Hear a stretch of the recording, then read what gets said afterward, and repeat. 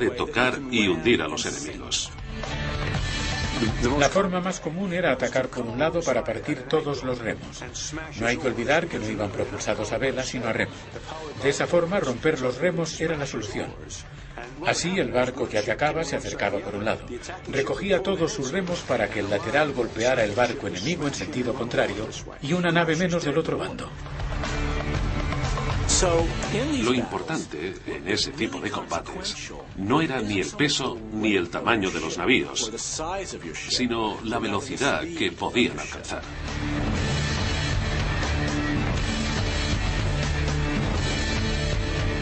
Bajo la atenta mirada del angosto estrecho, la pequeña flota griega consigue dañar varios barcos persas.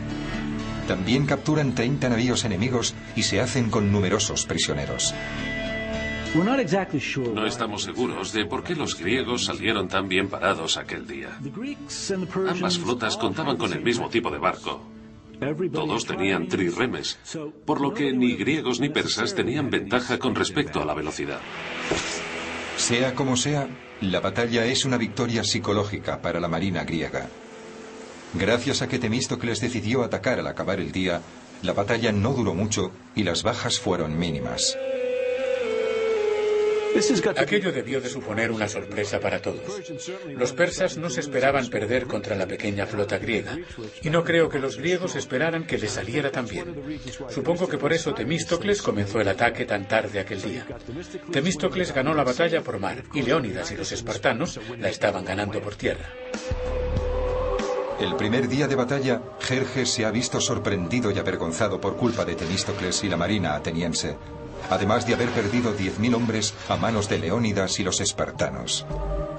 Después del primer día de las Termópilas y de Artemisión, los persas se dan cuenta de que los griegos les controlan como quieren. Están de vuelta en el campamento, lamentándose por las heridas, mientras Jerjes se pregunta qué puede hacer para vencer. Cae la noche y estalla una fuerte tormenta con rayos, viento y lluvia que mina aún más la moral de los soldados persas. La imagen de los relámpagos iluminando los restos de los barcos y los cadáveres tuvo que hacer muy penosa la noche de los persas. No creo que durmieran tan bien como hubieran querido, aunque les iba a hacer falta para el siguiente día de batalla. La tormenta sorprende a la flotilla de los persas que iba navegando alrededor de la isla de Eubea. El mar Egeo engulle a los 200 navíos. Es un mal augurio que los persas no pueden ignorar y que los griegos reciben con alegría. Aunque el derramamiento de sangre continuará al día siguiente.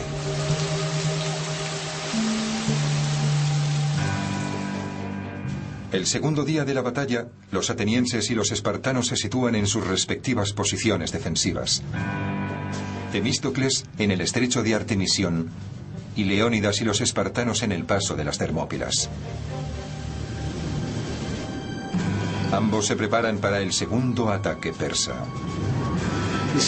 El sol brilla en lo alto el segundo día, y Jerjes decide que ya está bien de mandar la infantería inexperta. Ahora envía a los chicos malos. Jerjes envía ahora a los hombres más expertos del ejército persa, la silenciosa y enmascarada infantería pesada llamada los Inmortales. Jerjes decidió enviar a sus fuerzas de élite. Pensaba que, una vez con los Inmortales en acción, el enemigo se le dejaría de resistir en el acto. Y ahí llegan 10.000 hombres formados en rectángulo marchando. Se acercan en silencio. No importa lo que pase, van a por ellos. No llevaban cascos, pero sí llevaban en la cabeza una tiara. Se trataba de un pañuelo muy fino que les tapaba, pero a través del cual podían ver. Eran 10.000 y se llamaban Inmortales, porque en cuanto uno de ellos se retiraba o moría, otro le reemplazaba de inmediato. Entre ambos ejércitos hay unos 45 metros de distancia. Los persas en silencio y sin rostro. Pero callarse no es parte de la estrategia psicológica de los espartanos.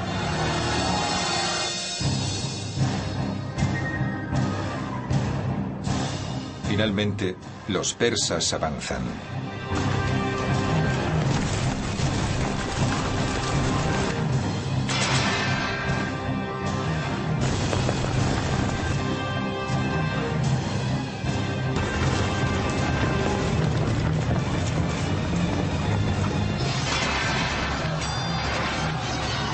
Aún en silencio, los inmortales chocan contra el frente griego. Igual que el día anterior, los espartanos y el resto de griegos se unen unos a otros.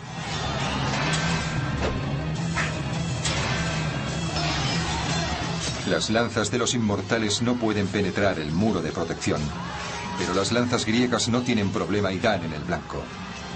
Los inmortales llevan armaduras finas bajo las túnicas y aunque son de escamas de metal, no son más gruesas que el cartón y no sirven de nada contra la potencia y la precisión de las doris espartanas. Los escudos persas están hechos de mimbre.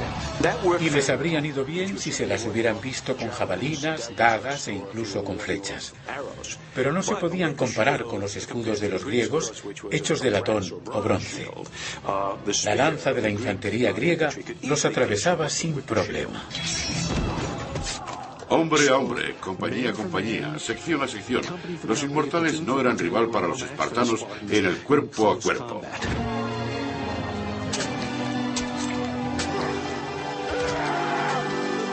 En realidad, nunca habían luchado contra un ejército de hoplitas tan bien entrenado, tan bien equipado y tan flexible tácticamente como los espartanos. Han pasado 2 días y miles de persas han muerto. Las líneas de infantería iban cayendo unas tras otras bajo las lanzas griegas. Los muertos se iban acumulando. En cada asalto mueren hombres, otros gritan de dolor, otros manchan la tierra con su sangre, y la mayoría se queda en mitad del camino. Había que deshacerse de ellos. Lo que pasaba entre los pulsos de la batalla es que en las pausas había hombres que se dedicaban a quitar a los muertos de en medio. Al acabar el segundo día, el número de bajas persas es enorme y el ejército de tierra sigue con el paso cortado. Tácticamente hablando, Leónidas se podía considerar en muy buena posición después de los 2 primeros días de las Termópilas. Había aguantado todo lo que los persas le habían echado encima y solo había perdido unos cuantos hombres. Mientras tanto, mar adentro, Temístocles y la flota ateniense vuelven a arremeter contra la persa en el estrecho de Artemisión. La fuerte tormenta de la noche anterior ha destrozado los barcos persas que iban rodeando Eubea en un intento de acorralar a Temístocles. Este puede concentrar ahora las fuerzas en el frente, ya que no tiene barcos molestando en la retaguardia. Pero la proporción sigue siendo de 5 a 1. Aunque no se conocen los detalles exactos de la batalla, las trirremes griegas vuelven a destrozar muchos de los barcos persas. Al final del segundo día de batalla marítima, la situación se volvía a repetir. Los persas habían intentado atacar a Temístocles, pero no les salió mucho mejor que el primer día. El frente griego seguía aguantando con vigor, tanto en tierra como en mar. Una nueva victoria psicológica para los griegos. La frustración de Jerjes aumenta. Pero la solución se le ocurre pronto al rey persa, lo cual llevará a una de las batallas más famosas y heroicas de la historia.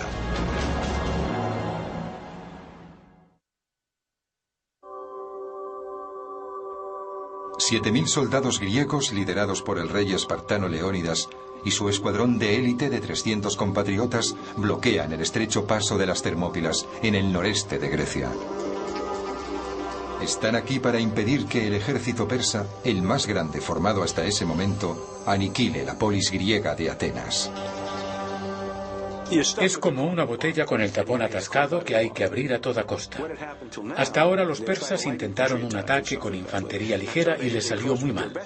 Después lo intentaron con la infantería pesada y todo salió igual de mal. ¿Qué debían hacer? Les están impidiendo el paso y la situación se complica. El ejército necesita comida y suministros y no se mueve del sitio. La solución pasaba por encontrar otro flanco por el que atacar a los espartanos. Jerjes da con la solución.